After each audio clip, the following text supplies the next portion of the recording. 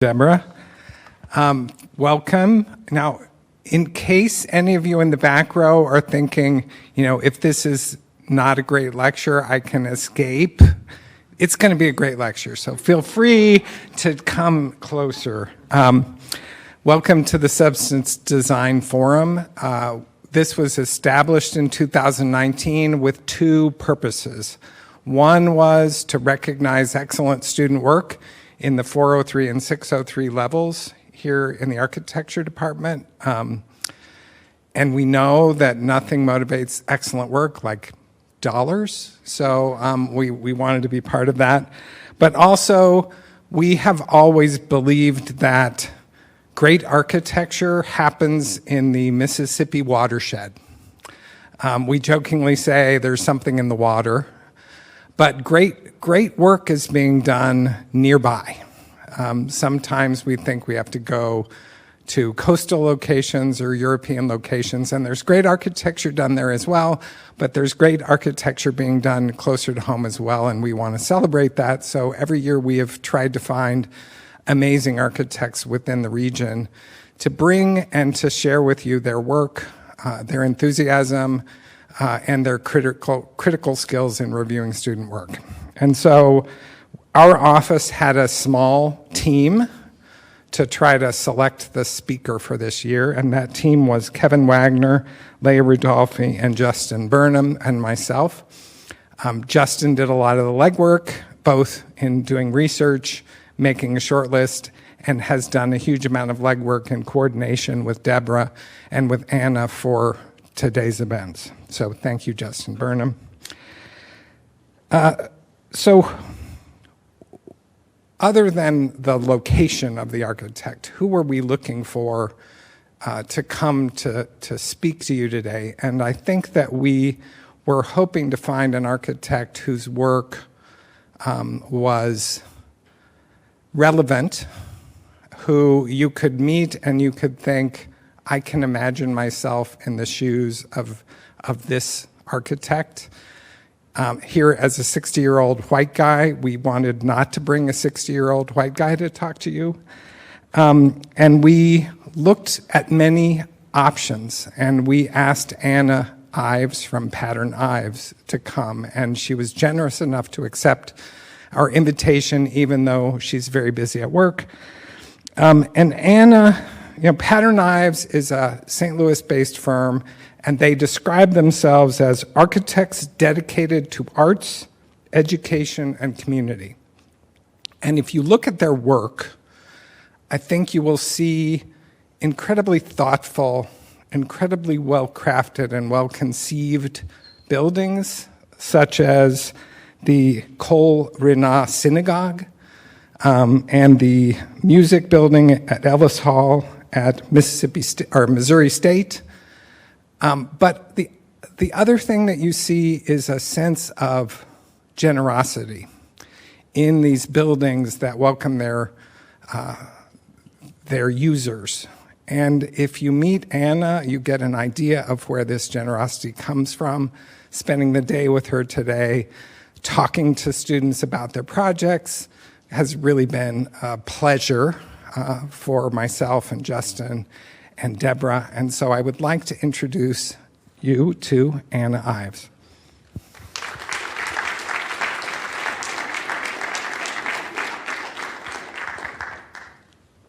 Okay.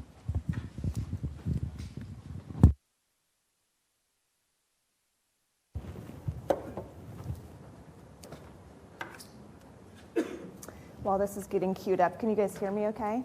Okay. I have a bit of work to do first, correct? Yeah. So we've spent the day. Do you want to introduce this? Yeah. Going to give the dollars. And then you can all leave. I'm just kidding. So we looked at some incredible work. I had sort of written down in my lecture, thank you for inviting me, and the work is beautiful. But it truly, every project was so thoughtful and different from the next that I think the spectrum of work at this school is amazing. And if you to reflect back this comment about the Mississippi watershed, the Midwest, I'm an East Coast native.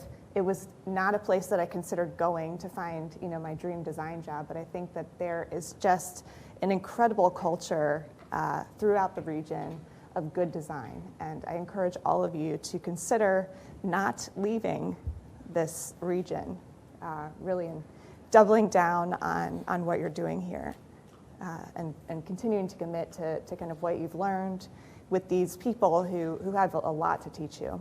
And maybe you leave and come back. That's also an option. They always come back. Well, that's good. That's good. So I guess the quality of all of the projects was high, and it was not an easy choice to pick one. And I think being unique, being risky, all of them were risky in their own way, and many of them were very personal, which is sometimes hard to bring to a studio project, which is such a public display of something that's kind of an intimate topic to you. But in the end, we have elected to award the $4,000 prize to Public Service Announcement. And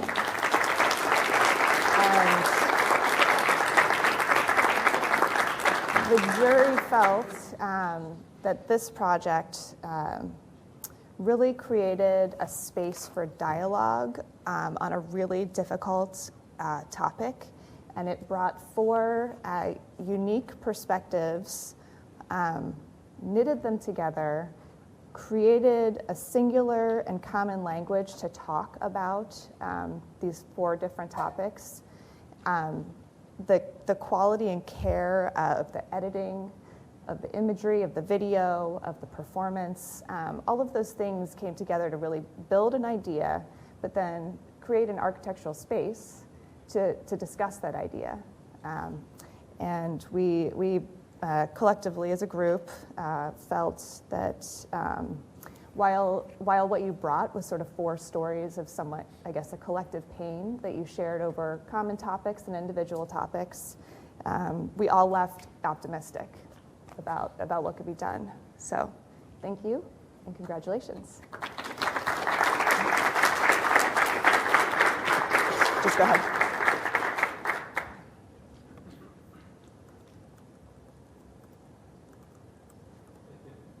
Uh-oh. We've all done that. Hopefully I can remember it. All right.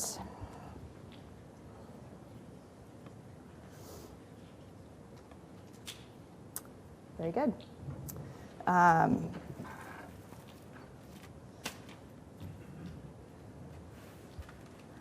So thank you all again for the opportunity to join you for both the day of juried work and for the opportunity to speak to you today. Often we're speaking about our projects and trying to sell things to clients, so it's really nice to kind of reframe all the work that we're doing and think about it just in terms of kind of the higher considerations that we have back at the office that maybe mean something more to an architect than to somebody who's not trained as an architect. And so today I wanted to talk about the unique relationship that we have between our historic restoration practice and the greater sort of framework of the office and the architecture that we do.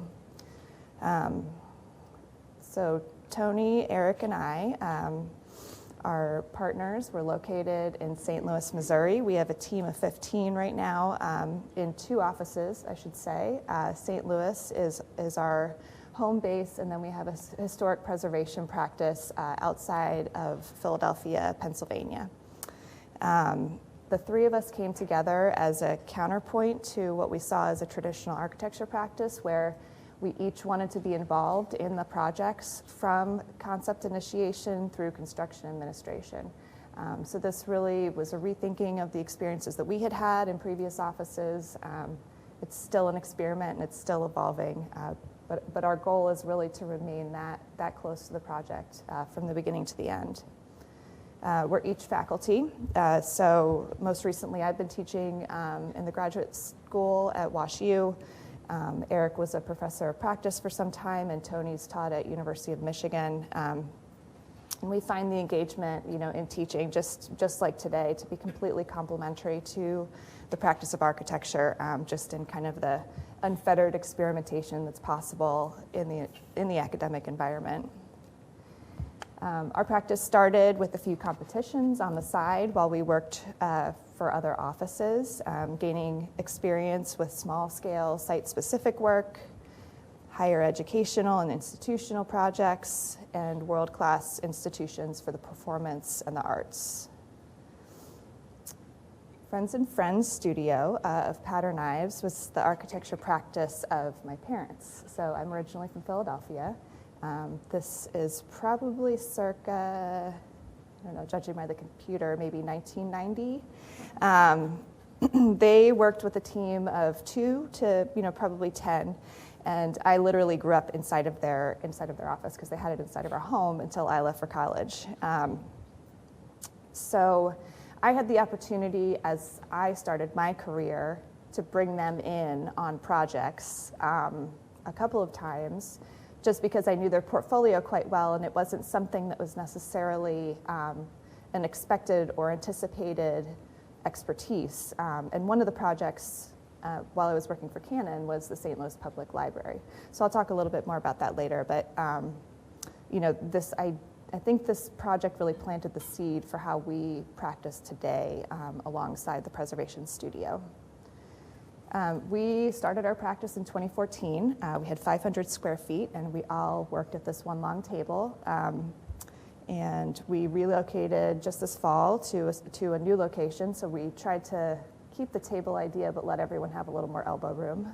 We've certainly outgrown that.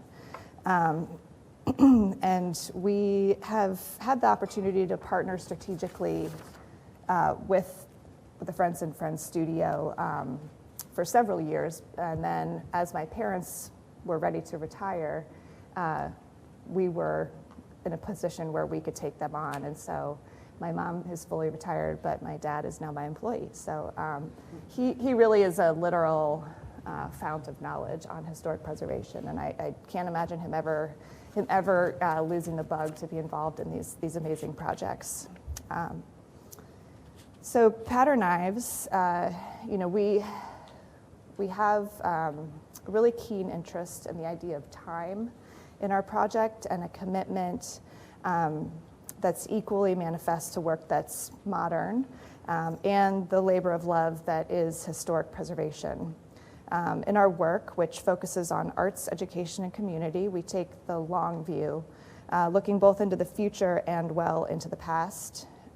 The offices reflect the same ideal, and it's tied to both our colonial origins and the icons of Western expansion and progress. And the dialogue between these places and the architecture that they've produced informs all of our work and challenges us to look beyond the fashionable to the truly timeless. Preservation to us is not a niche, and design is not a luxury.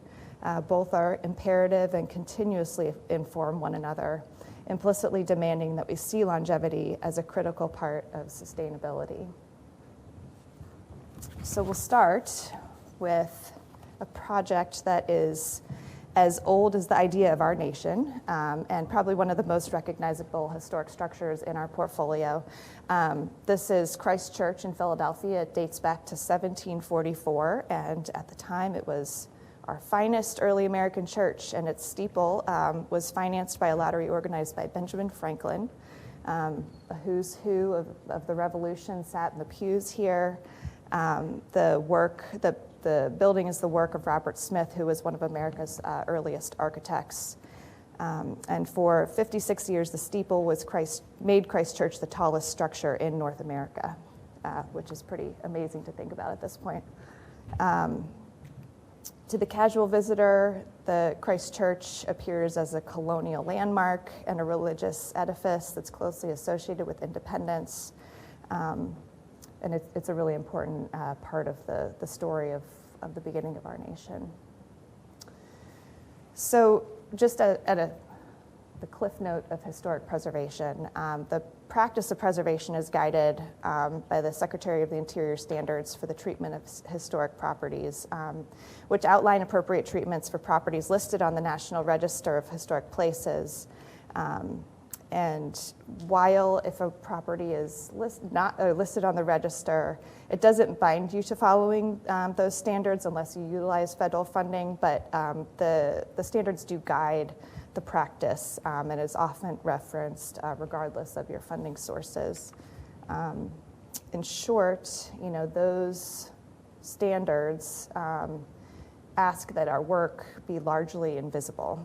And so as we approach this project, scaffolding and great care was taken both to access the things that needed to be repaired, but also to protect things in place as the work was being done.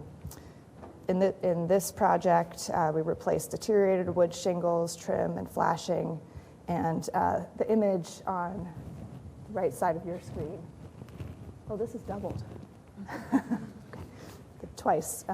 It looks like cloud cover, but it's actually the testing of a new deluge system, which most recently was tested after the fire at Notre Dame. So this was a really big deal to incorporate that scale of system into a historic work of architecture.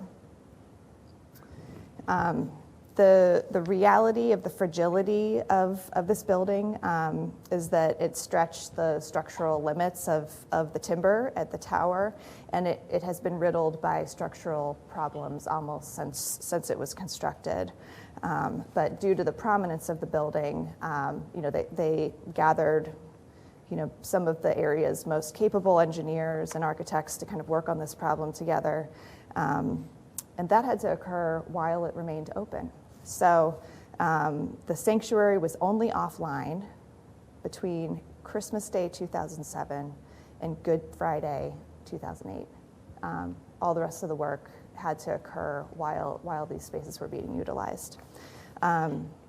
Really successful project, and it remains a center for worship, but also for art and historical tourism within the center of Philadelphia. Jumping a few centuries and back to St. Louis, the St. Louis Public Library was designed by the New York firm of Cass Gilbert, who's well known for his involvement in the U.S. Supreme Court and other state capitals. It was completed in 1912, and 100 years later, the library, at the anniversary of the building, contemplated a major renovation and restoration. What the design architect was Canon Design, and Friends and Friends Studio was the preservation architect. The Cass Gilbert structure, in and of itself was still in wonderful shape, but the library wanted to insert more modern amenities and restore the spaces that had been sort of hodgepodge, put together, mechanical systems, things like that, back to a state where the library, sort of in their terms, comes back to its status as a cultural treasure, essentially, to the city of St. Louis. The story of winning that project, maybe to go back to this, there was a master plan in place that proposed a big addition on the back of the building to house all of those things that I just described. They wanted, computer rooms, cafe, open areas, bright light spaces. And I was working on the pursuit team, and we built a complete plexi model of this building and proposed carving out an area that contained some really, the old style of stacks where the books are on regular shelving. The floors were glass, which was really fascinating, but it was completely inaccessible to the public. So that space was not really a good use for book storage. So we took all of that out in our proposal, and that was what won us the project. And as they were putting together the team, this is where I piped up and said, hey, don't you need someone else who's worked on a Cass Gilbert building? And that's how Friends and Friends got involved. So before this building, which is interesting, there was the St. Louis Exposition Hall, which was constructed only 20 years before this. When the city started looking for a site, they identified this one because they had monies from Andrew Carnegie, who gave them $1 million to establish a central and branch libraries throughout the city of St. Louis. And the only caveat was that the city find the site and that they support the library with tax revenue. So all of that money and then some went towards building St. Louis's public library system. And so, you know, this building was constructed turn of the century. It's all granite masonry with clay tile roof and some slate roofing as well. Really elaborate bronze work throughout, and the exterior restoration and conservation really focused on conserving all of those materials, but also incorporating the new lighting, which you see here, which, you know, obviously illuminates the structure itself, but provides illumination to the area around the library as well.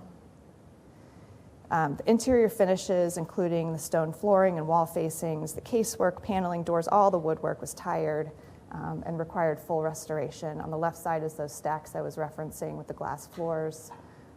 All of that was removed, and the ornamental plaster work on the ceiling was restored and repainted. The lighting systems were thoughtfully updated and integrated so that the architecture became unbound from the requirements of systems and upgrades that had been completed in previous renovations. It's truly a glorious space. If you ever come to St. Louis, make sure you go to this building. Equally critical was the documentation to control the care and protection of the historic fabric. So many contractors in our area are not used to working with this level of specificity and care. And so a big part of the role of friends and friends on the team was writing the specifications and observing, you know, construction to make sure that things were being properly treated as other work was going on in the building. And finally, with this renovation, the library was committed to creating an accessible entry into the building. Right, you know, at the primary facade is, you know, 15 steps up to the main level, and it was a very ingracious ramping situation. The new entry at the back side of the building is just very elegantly completed.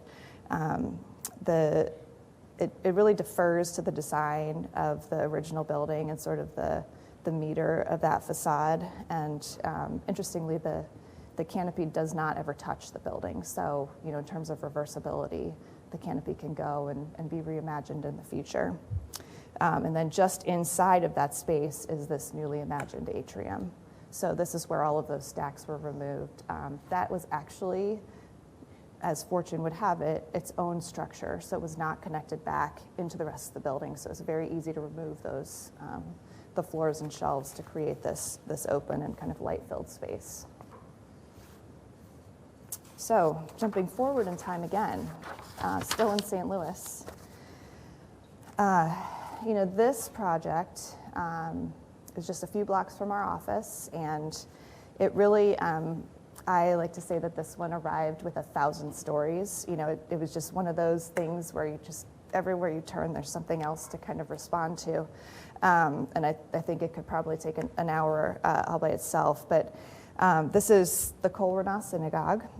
What you're seeing is an image of the existing Baptist church and school that were on the site that they purchased.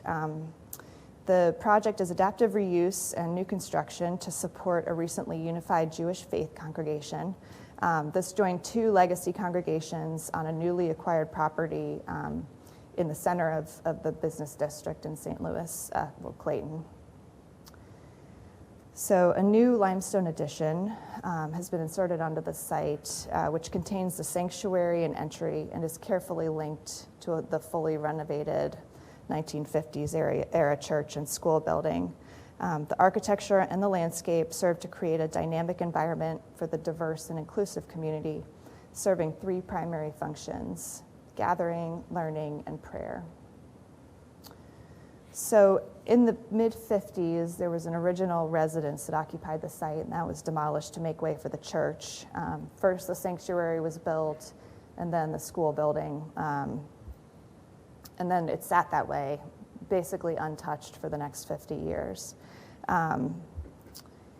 There's a really amazing and heroic story of property negotiation associated with this property. It's really a beautiful story that the synagogue traded locations with the Baptist church a mile apart on the same road to be closer to where their population were living at the time. And so they swapped properties, and the synagogues took longer than anticipated to construct, and they were actually sharing the original space for almost a year. The timing of services and use, I'm sure it wasn't as easy as it looked from the outside, but generally they were able to work a 7-day-a-week schedule, sharing a single property, which I think was just a really beautiful story of how we can get along and support one another. The project involved a significant investment in building consensus among an expansive stakeholder community, and at project initiation, we looked at the possibility of using the existing church space for worship, but immediately focused on the concept of a new addition that would house the main sanctuary, which really was the only answer to creating a space that embodied this idea of Kol Ranah, this new identity of their new congregation. The site itself, the position of the new addition, which is this volume here, generated a new arrival sequence from the west side of the property. And this became a singular new point of entry for the entire series of buildings. And the land to the west is shaped, it's about 5 feet from the entry down to the sidewalk. It's shaped so that there's a fully universal access entry with no handrails. So anyone can come from the sidewalk now up to the main sanctuary, which previously, you had to guess you'd go through the parking lot, and then they had one of those chair lifts, in sort of an unceremonious side door. So it was really important that as the site was reimagined, that was not an issue for anyone arriving.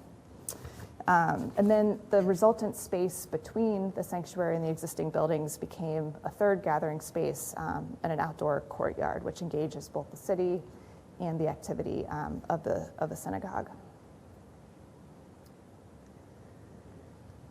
The heritage items was a big topic, and we carefully included a number of them into the new property, including an installation of the first 3-dimensional stained glass. This is a really incredible mid-century glass art that was at their original property and was moved over and incorporated into a small sanctuary area of the existing building. But the idea of bringing all of the heritage items into the existing buildings was that we could build the new sanctuary free of constraints other than a sense of permanence and natural beauty. The addition engages with the school building at half levels, and the addition now also mediates that plane using elevator and stairs. So you can see our new stair, and this is where the new opening into the building goes.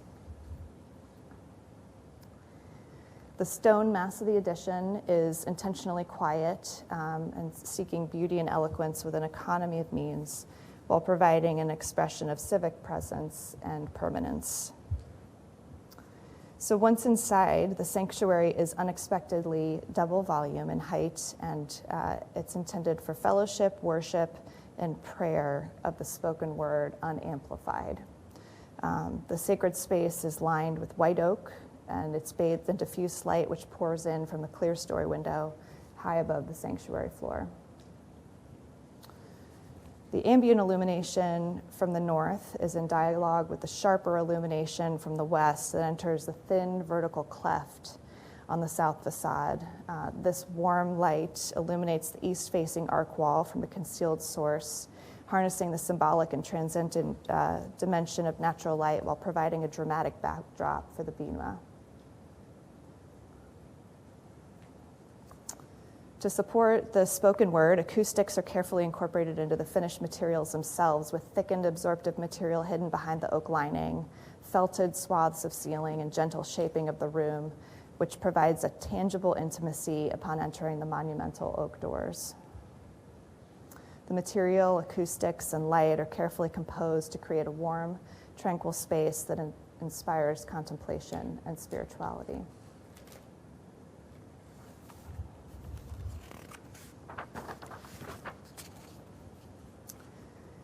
Finally, despite extreme budget pressures, the limestone cladding remained a protected priority by the stakeholders. The building is young, but it has truly inherited a legacy expressed through the use of a limestone that's a Missouri limestone, hardened to a state that's nearing a marble, and it holds traces of fossils and veining to record its own creation and symbolize the attitude of permanence that Kol-Rana has brought to their new home.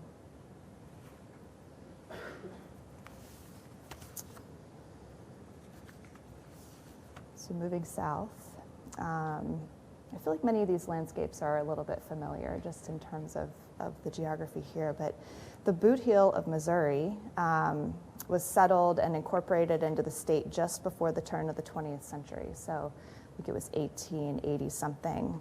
And since that time, it's seen a dramatic change in the landscape due to natural and man-made efforts. When the first settlers arrived, the land was cypress swamps and forested prairie lands, and wild and loosely inhabited. And in the early 1900s, a project called the Little River Drainage District was formed to reclaim that land. And this was the world's largest drain project, moving more earth than completed during the construction of the Panama Canal. And this allowed for farming of the enriched sandy soils. And anecdotally, like little groups of people who had been living out in the swamplands were discovered when they did this project as well. Today, the land is primarily used for farming, and as they have since that time, and the new industry is really limited by the geography of the place. The landscape is primarily agrarian, but below the surface lies the meeting of two tectonic plates called the New Madrid Fault. The seismic activity of this fault caused an 1811 earthquake, which was the largest recorded earthquake in North America, and it shifted the course of the Missouri River, or the Mississippi River. So while the site itself was essentially vacant when we found it, there were all of these traces and a loaded history, Civil War, and geologic and human intervention that really began to inform the way that we were thinking about this project.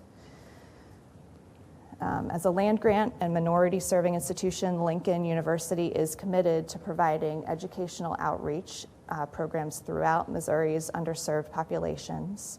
And the university's Southeast Missouri Extension helps communities establish and maintain programs promoting intellectual and social growth, responsibility, productivity, sustainability, and leadership and community development with small farm outreach, nutrition and fitness, community gardening, job readiness, and youth development.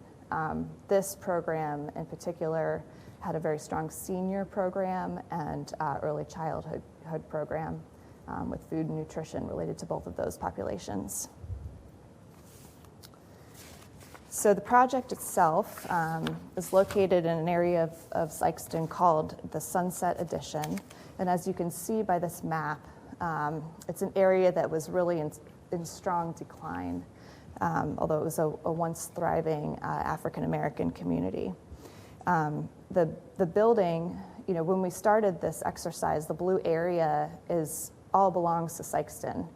And initially they thought, let's just take out the road and put the building right in the middle of the site. But we felt really strongly that it needed to rebuild a street edge and a streetscape, anticipating future community on this site rather than changing the nature of the space and sort of saying it needs to be something different than what it is. There's a long bar of circulation that passes through the center of the structure, which you can see here on the left, which is utilized for informal learning, social interaction, and pre-function space. And it connects the new cooperative extension back to the neighborhood and the community.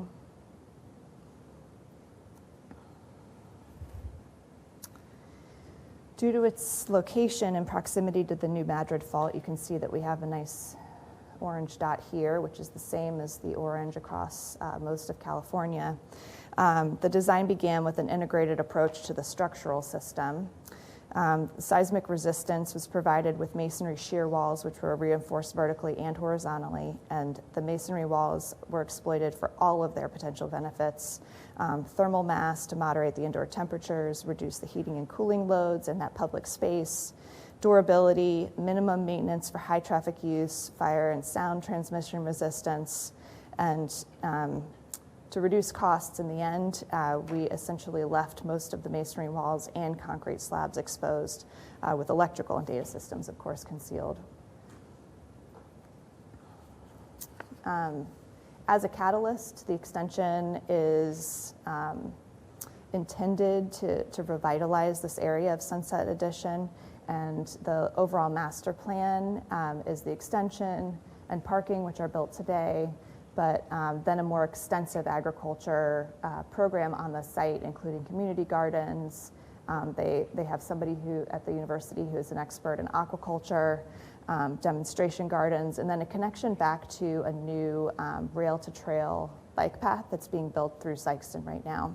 And this is a really well-used neighborhood park.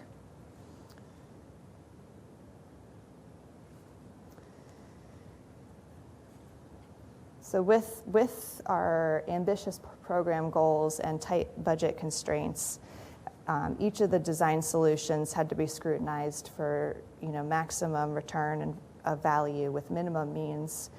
So we went through several design options and added a number of bid alternates to allow the client to add as if the bids came back positive. And this was pre-pandemic, so that actually did happen. Additionally, we tried to focus on common, local, readily available materials, and in particular systems. They had a lot of concern about people being able to service, some of the more complex or newer systems, to reduce costs and really capitalize on the type of labor and construction that was familiar in this area. And then those simple materials were elevated through the detailing. Structural masonry and concrete slabs are exposed. Mortar joints are weathered to accentuate the shadows and celebrate the hand of the mason. And the cantilevered clear story is an urban response, serving as a lantern at night and to activate the prominent intersection while providing diffuse daylight during the day to the technology center within.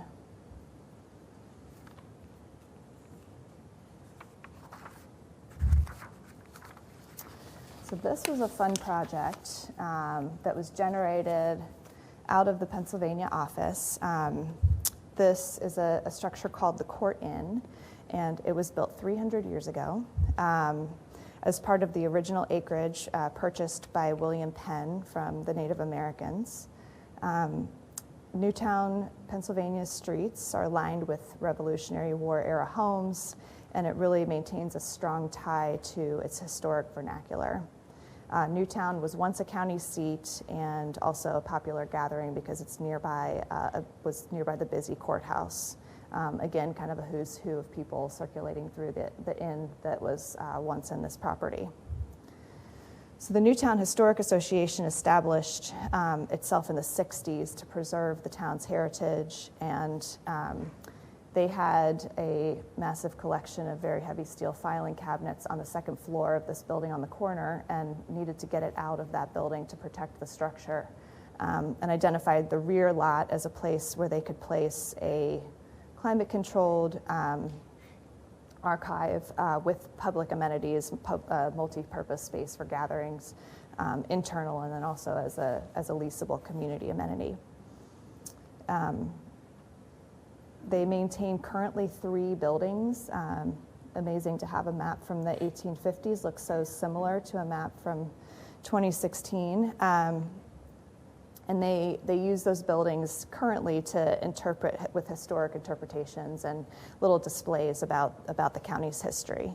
And for most of its life, it's been an important landmark, and now has become a resource for researchers of this time period. we went through a number of different studies for the structure of the site, and the strategy was developed to build across the back edge of the lot to create a private courtyard and capitalize on this existing mature tree, which is just a stunning, stunning old tree. They were in the process of restoring the root cellar, and there's just a really beautiful small human scale to the structure of these existing buildings. The expansion was really informed by a local carriage house typology, and it really is deferential to both the street facade and to the existing cordon, and remains fully transparent to the courtyard. Main floor contains public gathering space, and there was an idea as we generated this project that this central core would operate something like a hearth in the original building. So all of the service, the things that need to go floor to floor would be centrally located, and then circulation would occur around that with support spaces in this back bar. They also had a carriage collection which needed a home, so that was a rather large-scale element to incorporate. And then in the lower level, climate-controlled archives, so taking advantage of being able to bury that larger volume. They wanted to have greater amenities so that they could have bigger groups of researchers participating in this space. And it was also really important to maintain the relationship to the existing buildings. So the original archive was up in the upper levels of the original buildings. We buried it down low and allowed just the gathering space to be visible above grade. Materiality was drawn from local precedents, and in this case, the new building itself is asked almost to completely disappear.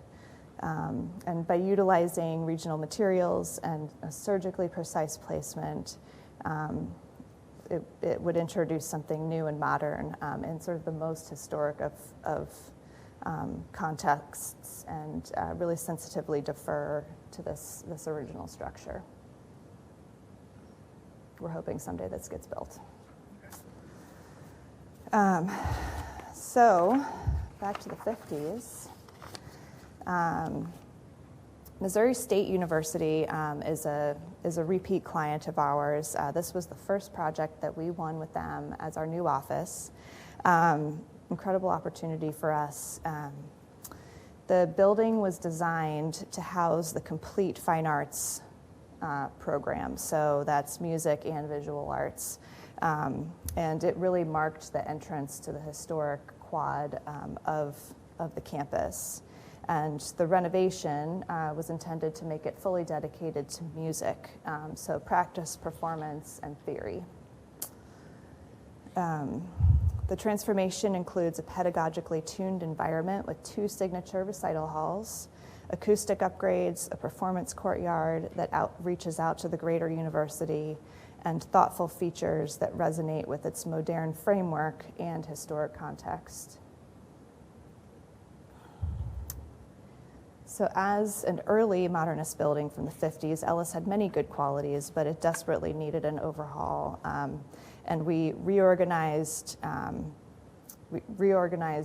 every part of this building to support the new, the really quickly growing music program. Specifically, spaces were required for music performance. It didn't yet exist, as well as instruction for music theory and practice rooms, recording studios, and a new admin area. Preservation of the existing character of the quality of Ellis was first and foremost important to our broader sustainability strategy for the building. So the original building was composed of these 3 discrete volumes, which sort of held 3 discrete programs.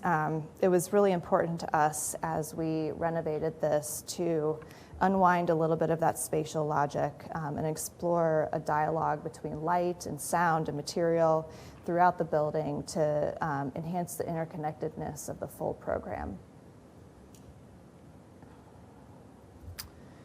A big piece of this, of course, is the performance spaces, practice rooms, teaching studios, and their associated requirements for sound isolation. So we worked hard to create a strategy where the louder programs are cushioned by programs that don't require as much isolation, and that dissipates the transmission into the more sensitive areas in between the louder parts of the program. So we organized intentionally this section to perform in this way, to separate the red boxes, but also then there's a significant effort towards kind of box-in-box construction to isolate fully the program pieces identified by magenta. So the primary design intervention, is that aside from full renovation, was a bold new recital hall that is now a signature platform for performance and recruitment and regional events for the university. The existing recital hall was too small. I'm just going to go back. This is their existing recital hall. And we engaged a full team of structural engineering, acoustic engineers, to explore the existing building, and what we discovered was that the best possible solution involved excavating below the existing recital hall, which gave us the acoustic volume, it improved all of the sight lines, it addressed accessibility, which was initially not there. The organ was given full prominence on this back wall, and it also allowed us to conceal mechanical systems for displacement air that would directly serve the seating below this new volume. The new recital hall, moving deeper, improves the aesthetics, acoustics, sight lines, accessibility, and it reinforces the dynamic nature of the vibrant musicians.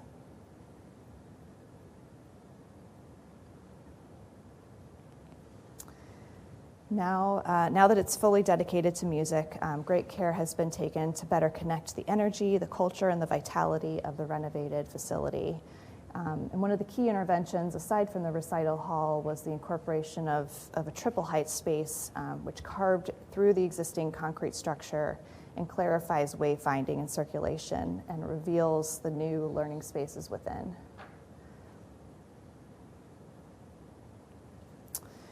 Along with the systematic upgrades and improvement to the building system, the strategic changes were made to the building envelope to bring more daylight into previously dreary spaces. And the entire interior was redesigned and upgraded with new finishes to eliminate the dark, low spaces and really bring natural light and warm materials into the interior of the space.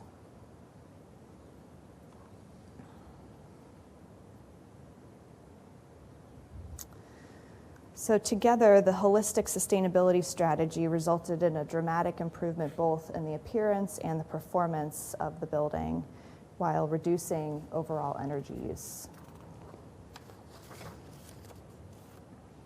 Ellis Hall, you can see, occupies a prominent location among its neoclassical neighbors and now really can stand up next to them in a proud place at the entrance of the university. This project I was thinking a lot about today as we were driving out to the first project we looked at. Just a lot of similarities in the landscape.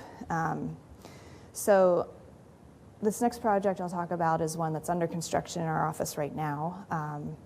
Agriculture has been an economic force in Northwest Arkansas, for a long time. Early pioneers were growing crops there to feed their family.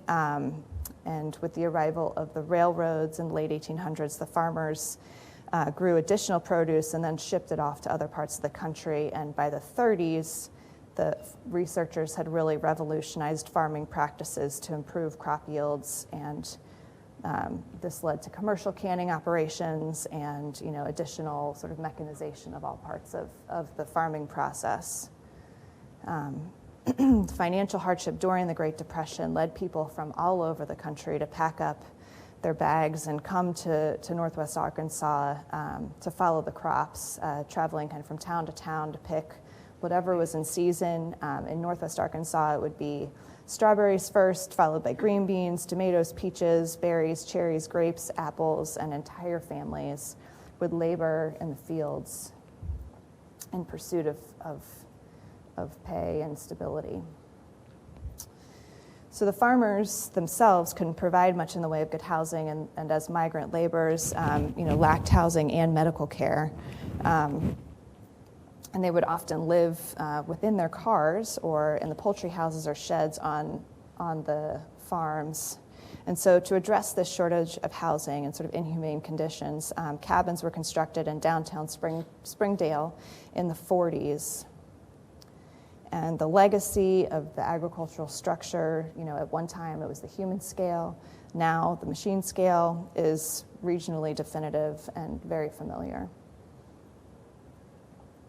So located near downtown Springdale, the market center of the Ozarks will become a model food hub for entrepreneurship and education that supports local, sustainable, and regenerative agriculture. The market center is to be prototypical and a means to revolutionize the way food is brought to market throughout our country. Northwest Arkansas, for anyone who's not familiar, these counties on the northwest of Arkansas, is really known for its rugged beauty, just lovely Ozarks landscapes. It was once Osage prairie, but that has been permanently impacted as agriculture moved throughout. But the idea of regenerative agriculture does promise a potential repair for some of the practices that have been going on for a long time.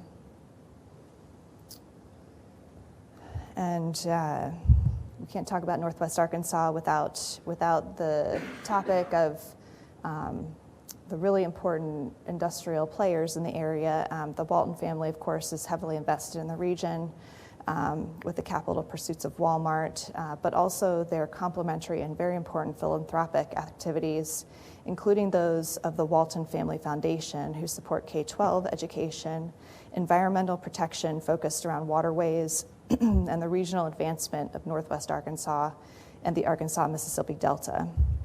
If Bentonville, which is where the Waltons began, is the business center, Springdale is the agricultural center of the region. At the same time, this region has really produced an amazing and significant collection of architecture and architecture practices from the likes of Marlon Blackwell and Fay Jones. And the Walton Family Foundation actively promotes design excellence through a program not dissimilar to the one in Columbus, Indiana, in Northwest Arkansas, and it brings works by the likes of Jonathan Marvel, DeLeon Primer, Duval Decker, Ross Barney, Louis Saramaki Lewis, bit of a who's who. So carefully considered in the context of Springdale, Arkansas, the design strategy for the market center integrates landscape and architecture to engage the existing trail system, which runs along the south side of the site, and reinforces Emma Avenue as Springdale's primary commercial and cultural corridor. So that's north-south. The project supports charitable and educational purposes and serves as a community-centric food center with 3 distinct functions: a produce aggregation space for area farms, certified commercial kitchen space for food entrepreneurs, and learning and community center for local food.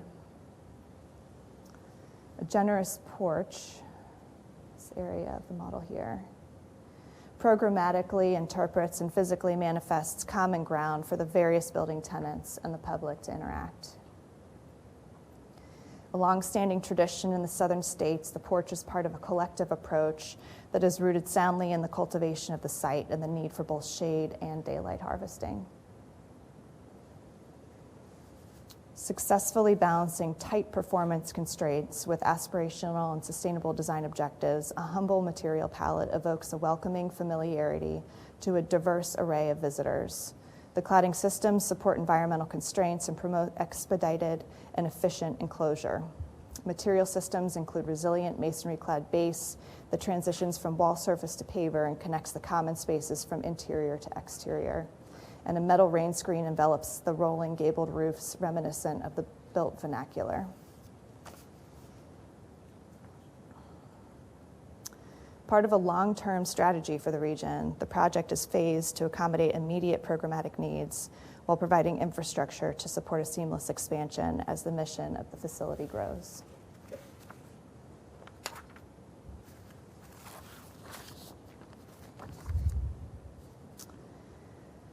So finally, back in St. Louis, I don't know if anyone's familiar with this view.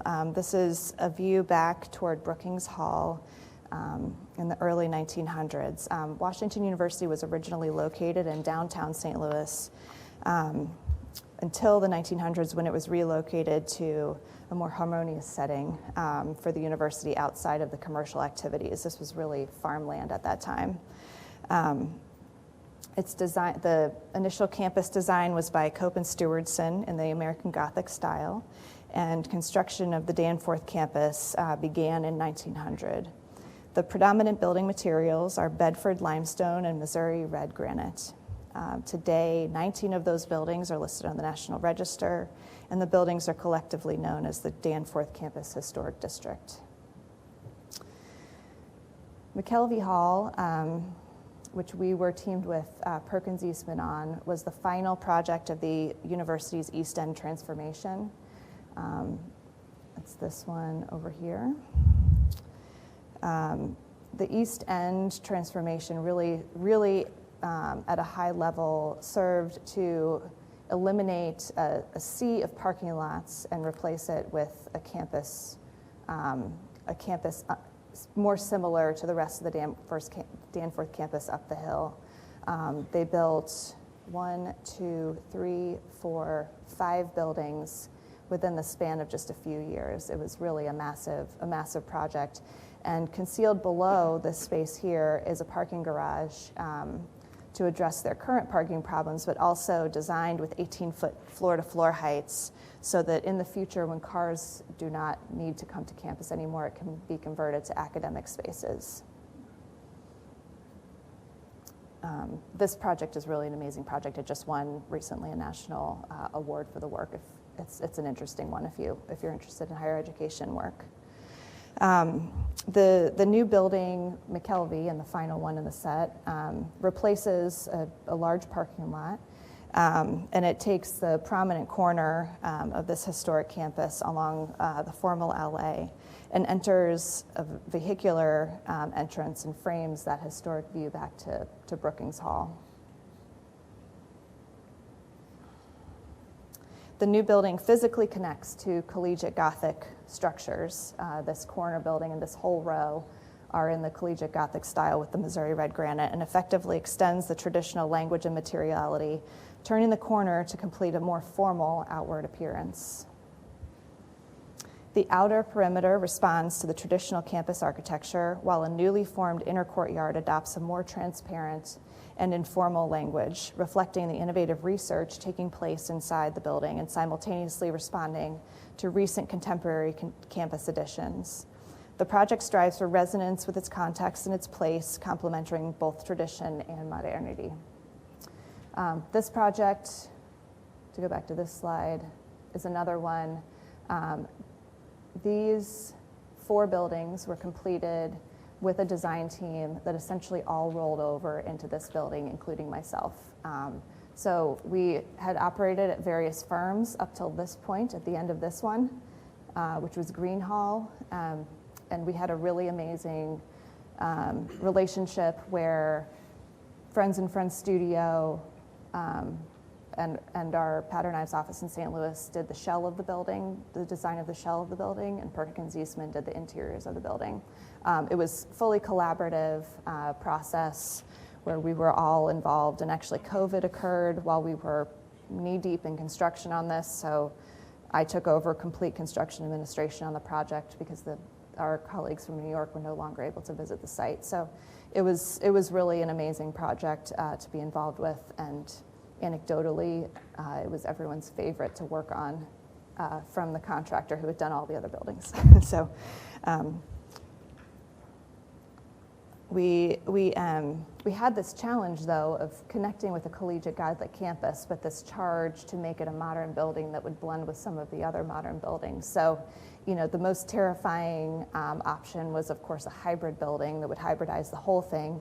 And we carefully conceived, you know, with the design team, a way to truly gasket a high-performance curtain wall within the brackets of the overall collegiate Gothic facade.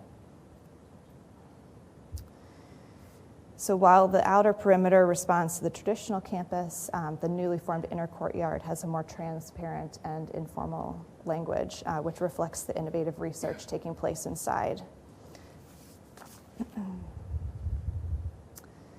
So our team, together with the client, traveled to quarries and masonry fabrication shops to identify the right group, to provide the stonework to match and continue the legacy of the masonry buildings, the collegiate Gothic masonry buildings. This building is a load-bearing masonry building rather than being clipped off and supported at angles throughout the facade. So this was a bit of a new idea to some of the contractors in Missouri. And I think, you know, the success of this project is really just the knitting of the two types of construction, but also in the incredibly detailed technical precision of both facade systems. There was a really in-depth study of the shading. This is a west-facing curtain wall, so we had incorporation of custom mullion shapes and profiles, as well as shading at the interior and exterior of the building. We had several of them 3D printed and then tested out by our curtain wall manufacturer.